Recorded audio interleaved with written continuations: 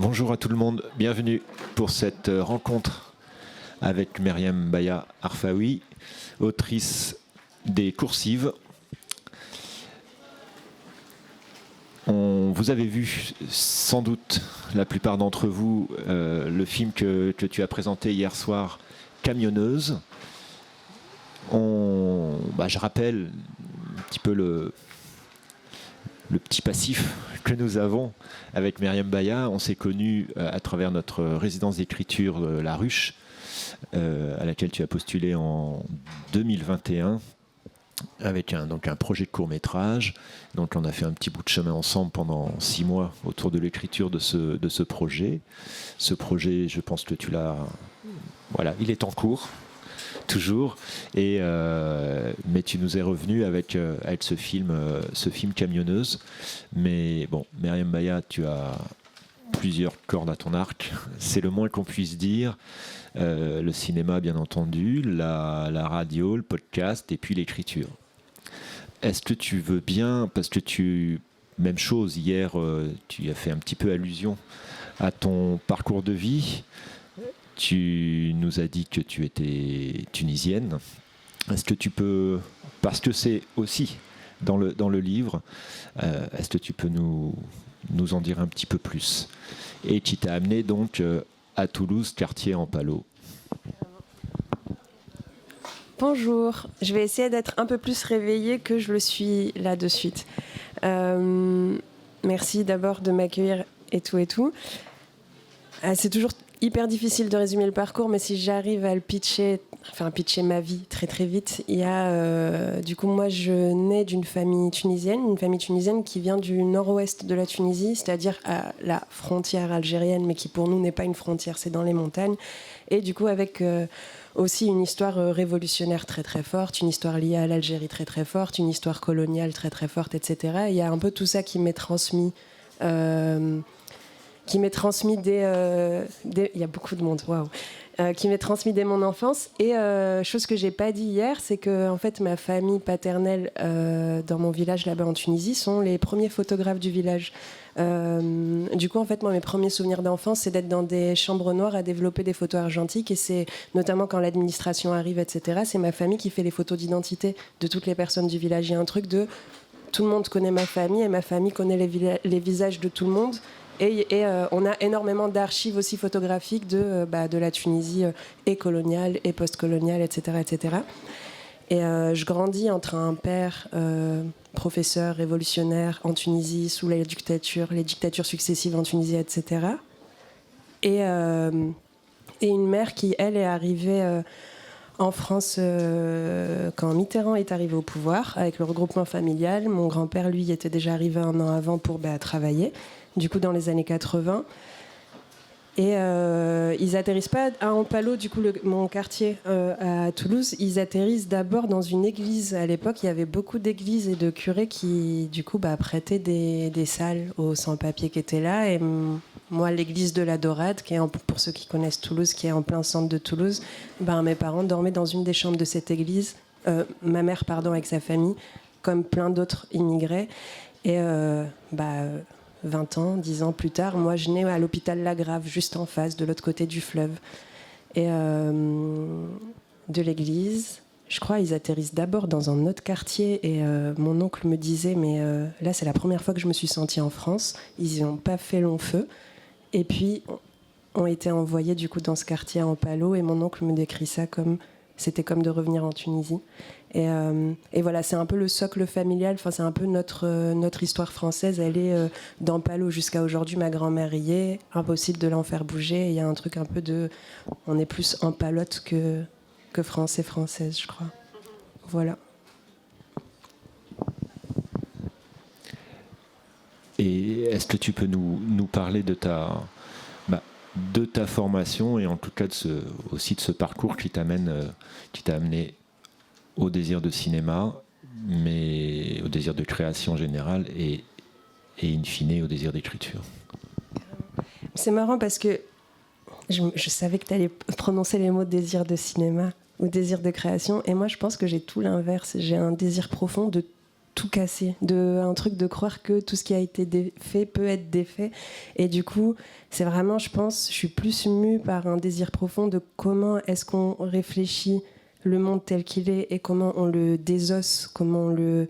Enfin, ça y est, il a fait son temps, il a fait son mal, on le déstructure, on refait quelque chose de nouveau. Et du coup, toutes les pulsions créatrices que j'ai, elles sont dans cette perspective-là de comment est-ce qu'on défait ce dont on veut plus. Et du coup, pour moi, écrire, faire du cinéma, faire de la radio, peu importe, ou de la recherche, parce que du coup, moi, je viens d'un parcours de droit et sciences politiques, j'ai fait de la géopolitique, et donc rien à voir. Tout ça, pour moi, ça fait partie d'un même process c'est juste comment est-ce qu'on fabrique des outils de lutte et de transmission pour faire ce qu'il y a à faire, pour laisser un monde meilleur après. Donc je pense que c'est plus ça. J'écris comme... Enfin, c'est un outil comme d'autres, quoi, avec sa propre temporalité, avec son propre langage émotionnel, comme les films à leur endroit, comme la radio à leur endroit. Mais tout ça est mu par le même désir de destruction, plus que de création, je crois.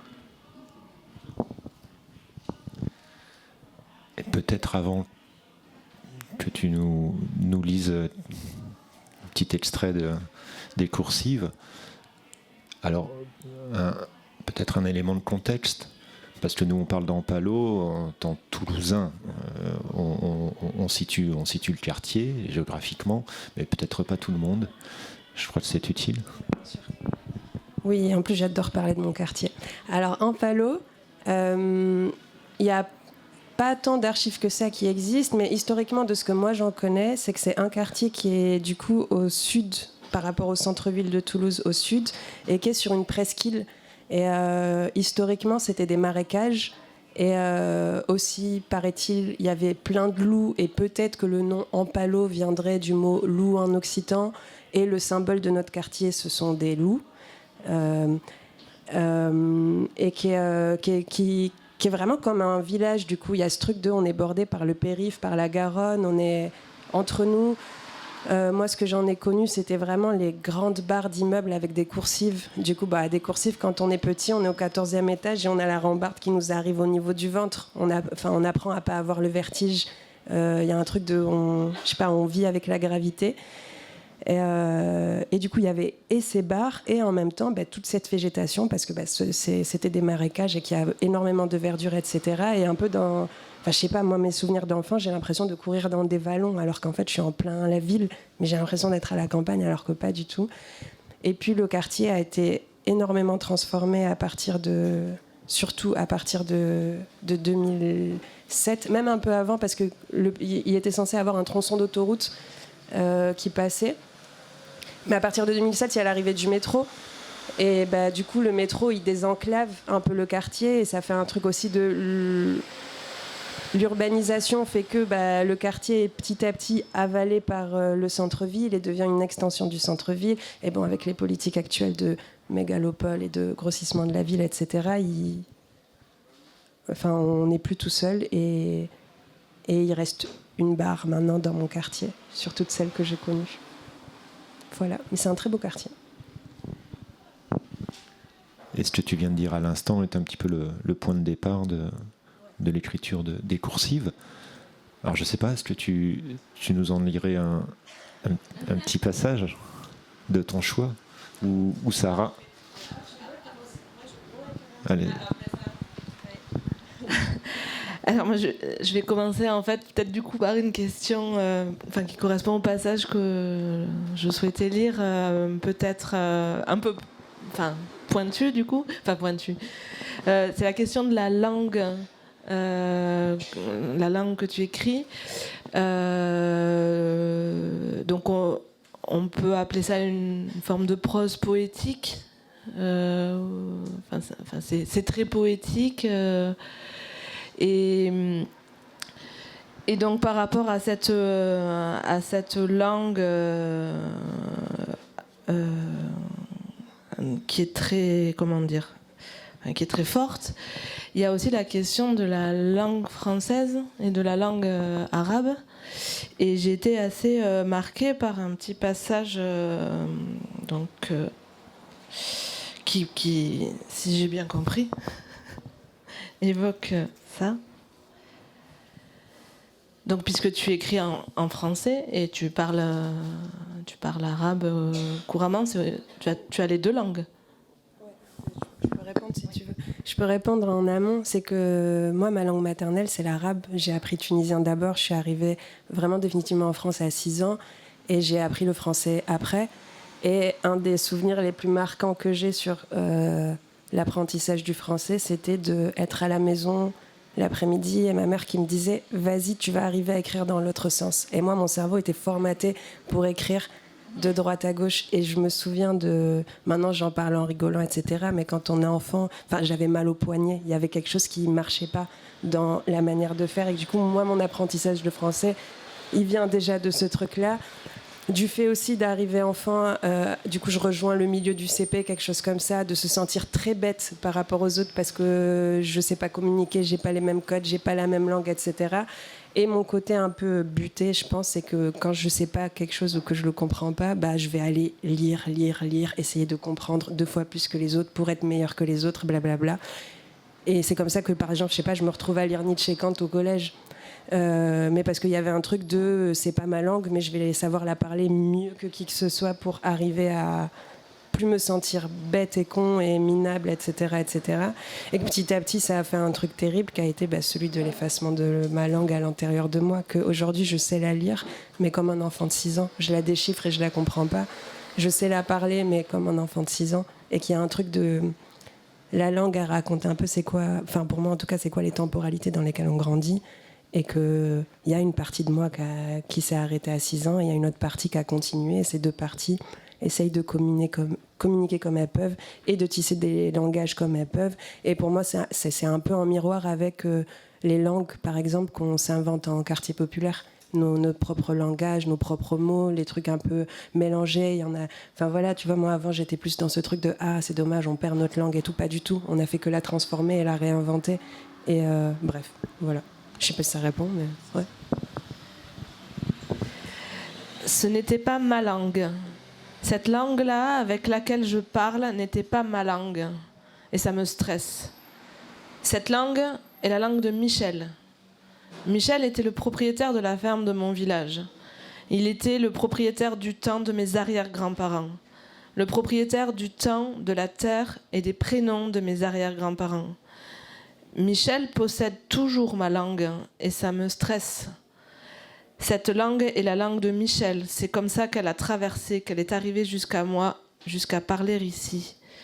Ce qu'il en coûte de trahir encore mon temps et ma terre. Et c'est vrai que moi, ce passage, je trouve qu'il dit tellement, justement, même du rapport à la colonisation. Voilà, il n'y a pas besoin d'expliquer. Il dit tout seul, en fait. Oh, si tu veux, ouais. Moi, ça me va quand c'est d'autres personnes qui le lisent que moi.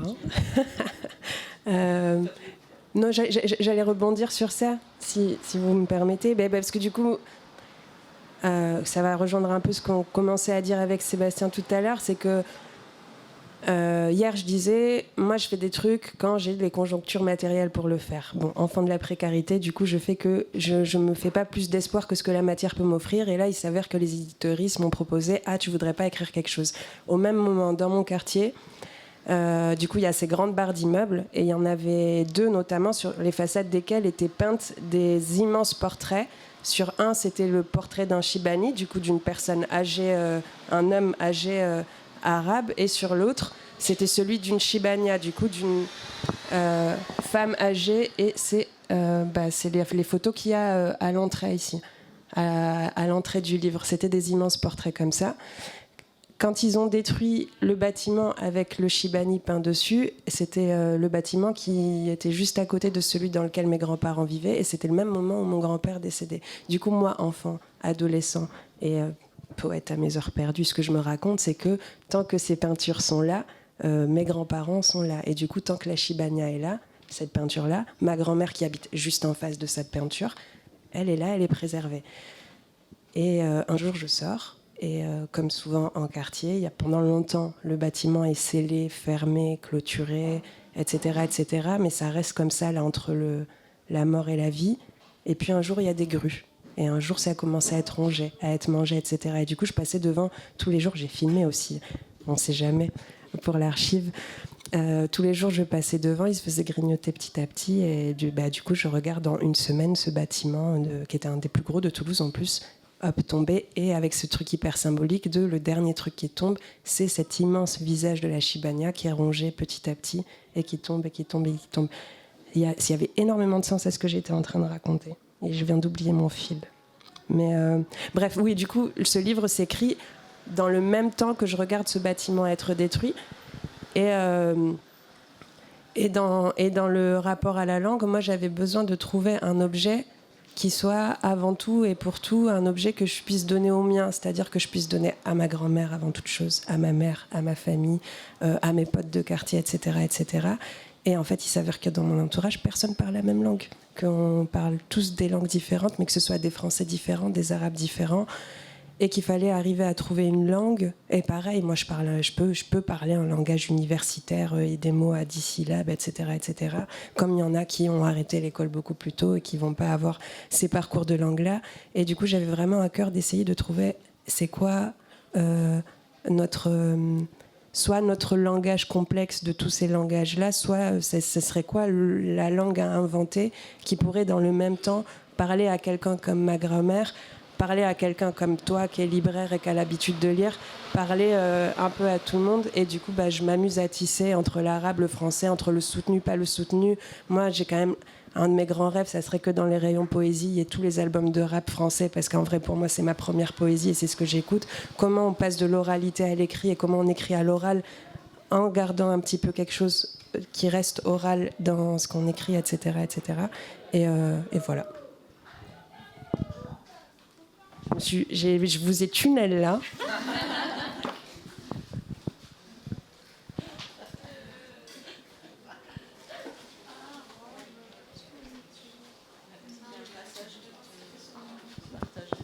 Oui, je peux en lire un. Ouais. Attends, parce que hier j'y pensais. Je me suis dit si je devais lire un pacha, ça serait quoi? Moi je pense que ça serait ça. Tu veux le lire ou tu veux que je le lise? Ouais, je voudrais que tu le lises.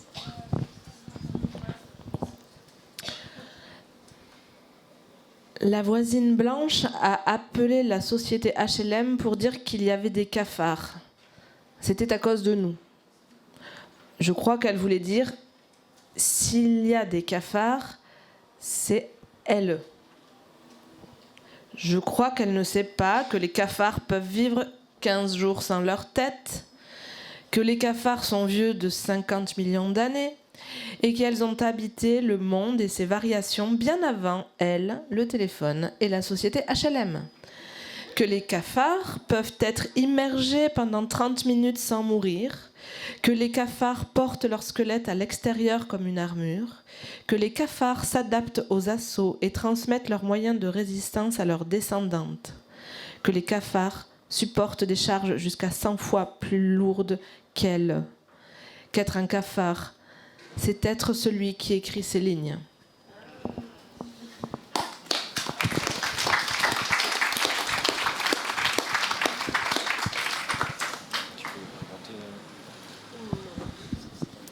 Alors, moi, ma question est simple et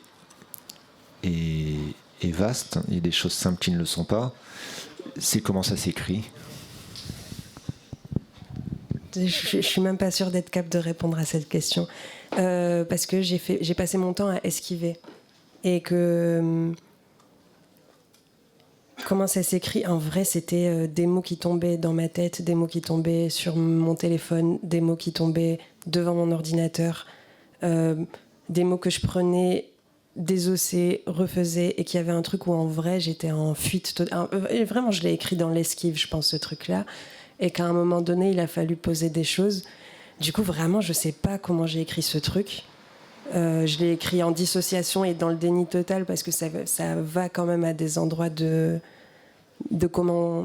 honte très profonde et du coup comment on transforme la honte pour en faire quelque chose qui nous rende fiers et de comment on recouvre notre dignité. Et en vrai, je sais toujours pas comment j'ai fait ce truc-là, mais peut-être qu'il va falloir que j'en fasse d'autres pour essayer de comprendre c'était quoi d'écrire.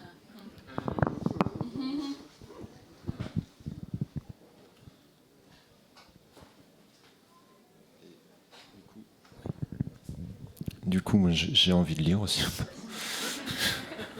Mais les premières lignes, c'est comme un premier plan. Je dis pas que tout est dit, mais c'est toujours très. C'est à la fois toujours plein de suspense parce qu'on est au début d'une histoire, mais évidemment que personnellement, quand je prends un livre ou quand je suis dans une librairie, je pense qu'on est nombreux à faire ça. Je lis les premières lignes. Alors ça commence, page 7. C'est l'histoire d'un chagrin d'enfant qui se transforme en allumette. Les notes de musique s'éclatent contre mes tempes, sous le ciel gris novembre, enfoncé dans le dôme d'une capuche de nuages épais, je tasse une clope, comme on charge un fusil. Un fusil sans cran d'arrêt, et qui arrache des mains le mouvement chaotique de l'angoisse, et qui oblige le mort debout à la vie, je tasse une clope, comme on prépare un stylo à la mine fraise, prêt à traduire le vacarme. J'aurais pu dessiner l'enfer au pied de cet arbre sans feuilles, il suffit de 2 poumons pour s'arrêter de respirer. Le trottoir d'en face est quadrillé, j'ai appris à regarder le monde dans ses trous, l'œil enfoncé dans les mailles d'un grillage de fer, la bulle d'un œilleton ou la ligne fine qui sépare mes doigts quand ils tentent de cacher leurs fantômes. J'ai appris à regarder le monde dans ses trous et lui ne m'a jamais regardé dans les yeux.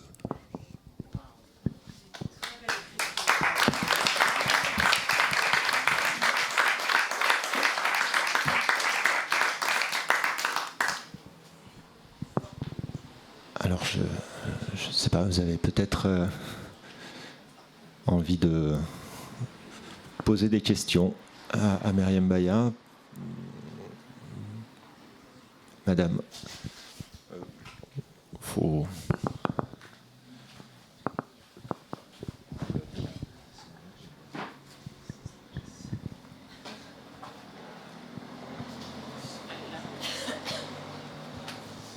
Merci. Oui, merci pour les émotions que vous nous avez fait naître hier soir et encore aujourd'hui. Merci beaucoup. Et je voulais savoir, quand vous parlez de comment l'écriture, pour vous, c'est complexe, je voulais savoir s'il y a une grande différence pour vous entre l'écriture poétique et quand vous écrivez pour le cinéma ou pour vos films ou sur les images.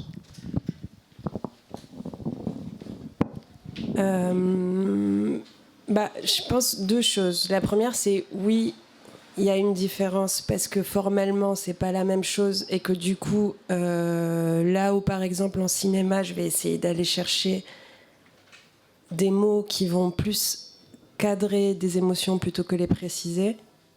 Du coup, je cherche plus des mots qui puissent porter une émotion qui naîtra a posteriori avec une autre écriture qui sera celle de l'image, etc., etc. Là où dans l'écriture poétique, il y a une nécessité d'aller trouver le bon mot, la précision absolue, etc. Du coup, la différence, elle est vraiment dans à un endroit, le mot est une valise, et à l'autre, le mot est une balle. Et du coup, on compose avec. Et l'autre endroit que je voulais dire, c'est que non, c'est pas si différent que ça, parce que je pense que moi, ce que j'essaye de faire, c'est de regarder les choses pour de vrai, et que du coup, que ce soit dans un mouvement ou dans l'autre, en fait, des mots, c'est juste des mots. Et en plus, j'écris dans ma langue coloniale. C'est rien. Ce que je veux, c'est aller chercher c'est quoi toutes les nuances d'émotions qui peuvent traverser l'humain et donc nous rendre à notre humanité. Voilà.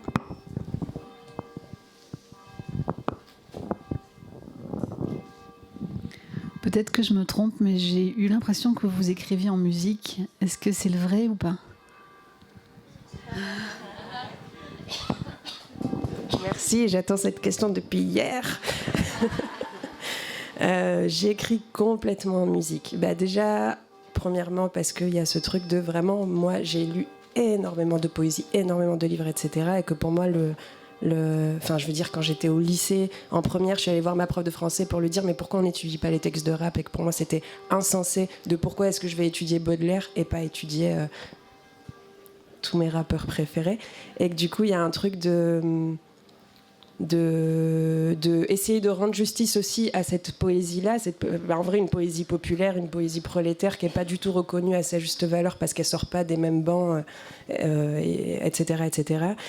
Qu'il y a quelque chose aussi où la musique elle donne le rythme. Moi, par exemple, si je reviens un peu en arrière, quand je travaillais en géopolitique sur ma thèse, moi ce qui m'intéresse, c'est les rapports de pouvoir sur le temps et du coup comment on fabrique des rythmes différents, des temps, des histoires, etc., etc. Et vraiment, c'est quoi le temps? Et du coup, pour moi, la musique, elle m'aide beaucoup à caler et le rythme et à faire du temps un personnage en soi. Et c'est ce que j'ai essayé de faire avec Camionneuse, par exemple, hier, avec toute la trajectoire musicale de ce film. Et le troisième truc, c'est qu'en fait, ce qui m'a été principalement transmis et que je garde encore de mon histoire familiale, etc., c'est pas forcément des photos, c'est pas forcément des lettres, parce que mes gens ne savaient pas forcément écrire, c'est pas forcément des livres, c'est des boîtes et des boîtes de cassettes audio et de musique et de grands chanteurs et chanteuses, et qu'en fait, tout notre parcours migratoire ici en France, c'est beaucoup l'histoire de la musique qui le raconte. Et que la musique est une langue en soi et que, je sais pas, il y a des musiques qui sont dans des langues qu'on peut tous écouter et danser dessus. On comprend rien, mais on comprend tout en même temps. Et que du coup, moi, c'est un peu ma langue préférée. Voilà.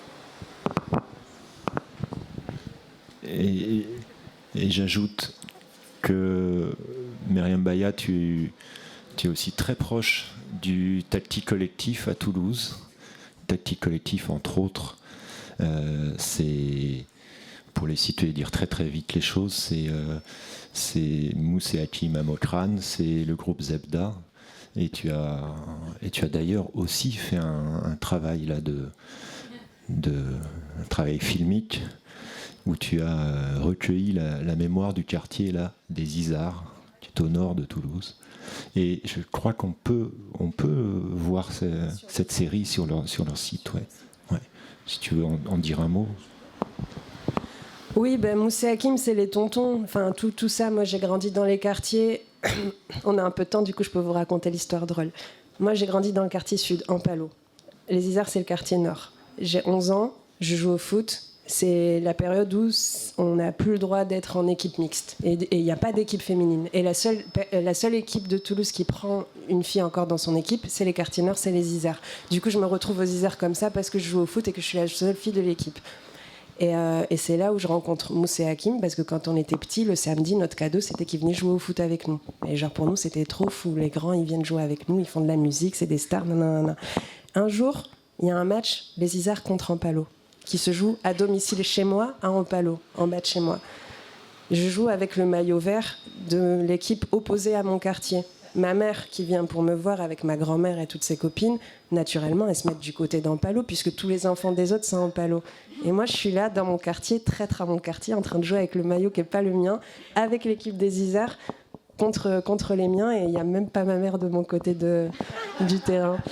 Voilà, ça c'est pour mon histoire de lien de les Isards, etc. Et c'est un quartier que j'ai beaucoup parcouru comme ça quand j'étais enfant, adolescent, mais aussi effectivement via le Tactique Collectif, via... moi j'hérite directement du mouvement de l'immigration et des banlieues, j'hérite directement du comité Adama, du Tactique Collectif, de qu'est-ce qu'on fait de notre mémoire et notre histoire ici.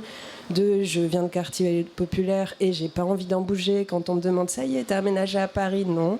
Demain soir ou après-demain soir, je rentrerai dans mon quartier et je reste dans mon quartier et j'y resterai tant que mon quartier existe encore.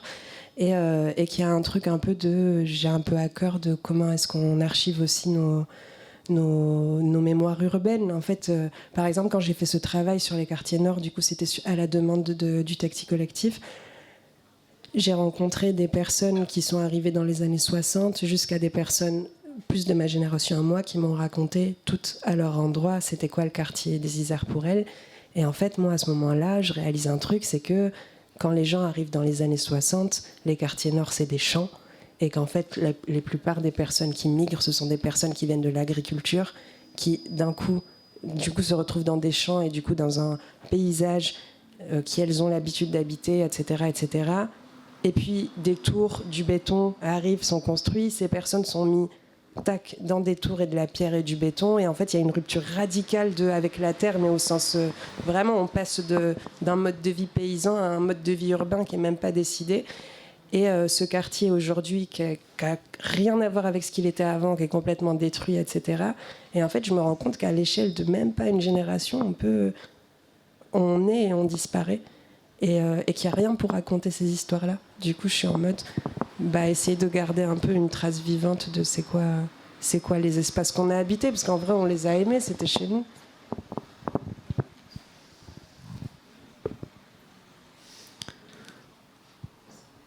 Et moi, je suis curieux, Myriam Baya, du travail ensuite d'édition.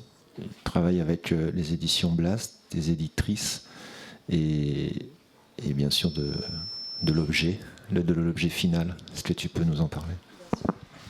Carrément. J'aurais dû prendre ma sacoche pour faire la démonstration, mais quand j'ai parlé avec mes éditrices, du coup, qui m'ont proposé de faire ce travail-là, j'avais une exigence. Pardon. J'avais une exigence, c'était que le livre puisse rentrer dans une sacoche ou une banane. Du coup, vraiment, il y avait un truc de matériellement, il faut qu'il puisse tenir dans une banane, il faut qu'il puisse être sorti de la poche en rapide, si on a envie de le feuilleter un petit peu, le lire ou pas. Il faut quelque chose qui soit léger, qui puisse être lu une fois, relu 2 fois, relu autant de fois qu'on veut, qui puisse se trimballer, passer de main en main, qui puisse, au final, et c'est pas des blagues, je sais plus comment je le dis à un moment donné, mais si à un moment donné ça doit brûler dans des poubelles pour faire la révolution, ça peut y aller. Et du coup, il y avait quand même une attention faut pas un livre qui fasse peur, quoi, qui donne pas. Faut que ce soit facile à attraper. Et après, mes éditrices étaient super parce que en vrai, elles m'ont surtout accompagnée, mais comme ici à La Ruche, vous faites sur ce truc de mais je suis pas légitime, mais écrire, pourquoi, non, fais, jusqu'à qu'il y ait quelque chose qui sorte à la fin. Et voilà, c'était un travail d'aller-retour en permanence. Et aussi, ce qui était trop chouette, c'est que mes éditrices, du coup, sont aussi des amies et qui connaissent aussi mon travail plus en cinéma et qui avaient vraiment à cœur que je garde aussi mon ADN cinéma pour faire ce livre. Et du coup, de l'imaginer aussi, de vraiment appuyer et sur les images et sur la structure, comme le fait de finir par un générique de fin, etc. Elles m'ont vraiment accompagnée sur ce truc de tu fais pas des objets différents. Continue de mettre ce que tu fais par ailleurs aussi dans ce livre-là. Et l'image de couverture, c'est mon amoureuse. Voilà. Mon amoureuse. Je peux le redire 3 fois, c'est mon amoureuse.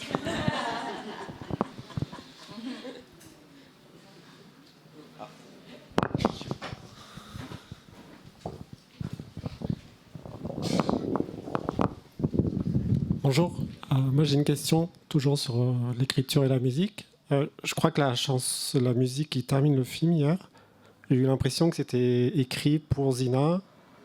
Et je voulais savoir l'histoire de l'écriture. Est-ce que c'est vous qui avez écrit ? Qui c'est qui chante ? J'attends cette question, vous l'avez pas posée.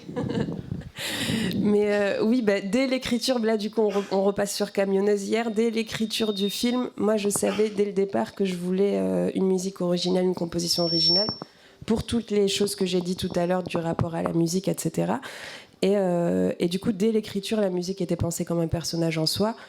Et j'ai rencontré 2 compositeurs qui sont géniaux. Et en fait, tout au long et de l'écriture et du tournage du film, on faisait que faire. On était vraiment en dialogue permanent les bruits du monde de la route. Je veux qu'à un endroit, ça soit instrumentalisé et pris à l'endroit de la musique. Les émotions de Zina, leur envoyer la voix de Zina aussi. Sur quelle tonalité on parle, la texture, nanana. Et du coup, ils ont fait un travail de composition qui est formidable. Et Anis, un des compositeurs, à un moment donné, m'envoie la musique du coup qu'à la fin, avec plutôt du yaourt, du coup, au début, parce qu'il n'y avait pas de paroles ni rien du tout. Il m'envoie la musique. Et il me dit, mais vas-y, c'était juste un brouillon comme ça, un tel. Je lui ai dit, mais n'importe quoi, ça c'est le générique de fin, tu me travailles ça, je veux ça pour le générique de fin. Et c'était vraiment quelque chose qui était censé partir à la poubelle. Et du coup, on garde la musique, il retravaille dessus. Il me dit, tu voudrais quoi en texte ? Moi, je voulais pas écrire moi-même. Je lui ai donné comme seule indication, je veux qu'il y ait la phrase du poète Mahmoud Darwish dedans, ou un morceau du poème de Mahmoud Darwish qui dit, nous aussi, on aime la vie. Fais ce que tu veux, mais je veux qu'il y ait quelque chose de ça qui existe dedans. Et à partir de là, il a écrit, et avec ce qui résonnait en lui-même aussi. Et voilà, il a fait cette proposition que moi je trouve trop géniale. Voilà. Et l'adaptation aussi de Yazina, qui ouvre le film. Ça, c'est une autre histoire, l'adaptation de la chanson Yazina. C'était Zina qui était posée avec ses potes dans la ferme. Et en fait, Zina, elle aime trop raconter des histoires. Et je disais hier, par exemple, à un moment donné, ça parle de cartes Disney. Mais en fait, c'est par exemple une histoire qu'elle racontait de quand elle était sans papier, qu'elle n'avait pas un rond en poche, que du coup, le monde entier est hostile et à tout moment se fait arrêter, etc. Quelqu'un lui avait offert une carte Disneyland. Et du coup, pour se réfugier, elle est partie passer la journée à Disneyland parce que c'était le seul endroit où elle savait qu'elle n'allait pas être attrapée. Et on m'a dit, à juste titre, c'est déjà un court-métrage, je pense en soi. Et du coup, elle était posée là, à raconter ses histoires, etc. à nos potes communes. Moi, j'étais pas là. Et en fait, de toutes les histoires de Zina, ses potes ont repris la chanson Yazina et en ont fait des phrases. Et du coup, on réadapté le truc. Elle m'a montré ça en vidéo et j'ai dit, super, ça, c'est ce qui doit ouvrir le film. Yazina, je me souviens plus comment s'appelle la personne qui le fait. Je me souviens plus du nom non plus. Voilà.